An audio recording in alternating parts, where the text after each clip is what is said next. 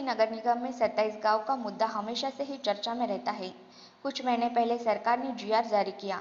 उस GR के अनुसार 27 गांव में से 18 गांव को बाहर रखा गया था, 9 गांव को नगर निगम में रखा गया था। 18 गांव की स्वतंत्र नगर पालिका परिषदों की घोषणा की गई। 27 गांव के निवासी संदीप पाटिल ने सरकार के फैसले को उच्च न्यायालय में चुनौती दी है। अंत में उच्च न्यायालय ने सरकार की प्रतिक्रिया पर सवाल उठाया और 18 गांव के साथ साथ नगर परिषद के जीआर को अलग करने की प्रक्रिया को अलग रखा। याचिकाकर्ता संदीप पांडे ने सरकार के फैसले का स्वागत किया है। संतोष डावकर इस ग्रामीण क्षेत्र के एक डेवलपर और भाजपा के मोरेश्वर भोईर ने फैसले का स्वागत किया है, जबकि एमएनएस विधायक राजू पाटिल ने सरकार की आलोचना की है। लेकिन 27 गांव को हमेशा राजनीतिकरण किया जाता है। उच्च न्यायालय के फैसले की आलोचना करते हुए विधायक राजू पाटिल ने मांग की है कि सरकार यज्ञशालियों के विकास के लिए एक बड़े पैकेज की घोषणा कर सकती है। ऐसी जानकारी डेली न्यूज के पत्रकार इम्तियाज खान इन्होंने दी है।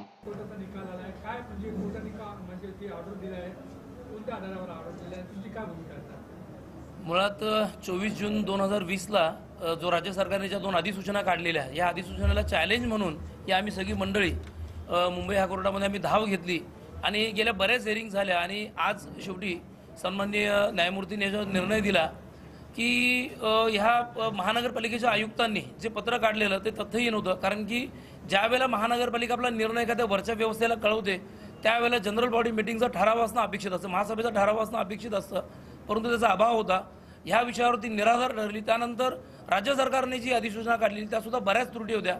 त्यामुळे आजच्या निर्णयाच्या माध्यमातून सन्माननीय न्यायमूर्तींनी त्या अधिसूचना रद्दबातल केल्या। याचाच अर्थ असा की हा जो 18 गावांचा परिसर आहे हा आज महापालिकेत समाविष्ट झालेला आहे आणि निश्चित संबंध 18 गावांच्या इथल्या स्थानिक नागरिकांनी लोकांनी याविषयी आनंद व्यक्त केलेला आहे। खरं तर अजून पूर्ण निकाल आम्ही वाचला नाही, आमच्या हातात पण तो आला नाहीये, परंतु प्राथमिक माहिती अशी मिळते की जे 2 नोटिफिकेशन या सरकारने काढले होते, एक 18 गावं वगळायची आणि 18 गावांची एक नवीन नगरपालिका बनवायचं अशी जे 2 जीआर काढलेले नोटिफिकेशन, त्याला बहुतेक हायकोर्टाने स्थगिती दिली किंवा ते नामंजूर केलेले आहेत। तो जो काही निर्णय आहे तो तपासून बघणारच आहोत आम्ही। परंतु या 27 गावांच्या विषयी जो घटनाक्रम तुम्ही बघाल तर सरकारची नियत काय बरोबर दिसत नाही। पहिल्यापासून आम्ही स्टार्टिंगला सांगत होतो की सुरुवातीला सांगत होतो की जो मागच्या वेळेस निवडणूक आयोगाने जो 27 गाव वगळण्यासाठी जो जीआर काढलेला होता फडणवीस सरकारच्या काळात त्याला स्थगिती दिली होती। तो जीआर त्यांनी परत पुनर्जीवित करायला पाहिजे होता किंवा तसाच एक जीआर काढायला पाहिजे होता, परंतु यांना कुठेतरी राजकारण करायचं होतं म्हणून याने 18 गावांसाठी वेगळा जीआर काढला आणि आता तिथे सरकार तोंड कशी पडलेली दिसतंय। तर आता काय भूमिका असणार म्हणजे गावकऱ्यांची काय? नाही, खरं तर ही गावं जी काढली गेली हे आमच्या मागणीनुसार काढलीच गेली नव्हती। आमची मागणी मुळात 27 गावं काढावी अशीच होती आणि तीच राहणार आहे। त्यामुळे आता पुन्हा सरकारने जर या काही चुका करून जीआर काढले असतील आणि त्याच्यावर हायकोर्टाने शिक्कामोर्तब केला असेल तर मला वाटतं आता सरकारने याच्यातनं काहीतरी धडा घेऊन एक दुरुस्ती करून नवीन जीआर काढावा। तर महापालिकेत आता समावेश झाली आहे असं संबोध येतोय, पुढची भूमिका काय असणार? कसे तांत्रिक मुद्दे बरेचसे आहेत याच्यात, जसं की आता पुन्हा निवडणुकीच्या तोंडावर क्षेत्रफळात बदल करू शकतो की नाही, म्हणजे जर पुन्हा 5 वर्ष जी ढकलायची असतील तर कमीत कमी सरकारने 27 गावांसाठी एक वेगळा पॅकेज तरी जाहीर करावा। कारण त्याने अगोदर पण गेल्या 5 वर्षात जो हद्दवाढ अनुदान द्यायला लागतो तोही दिला नव्हता। त्यामुळे बघूया आता काय होतंय।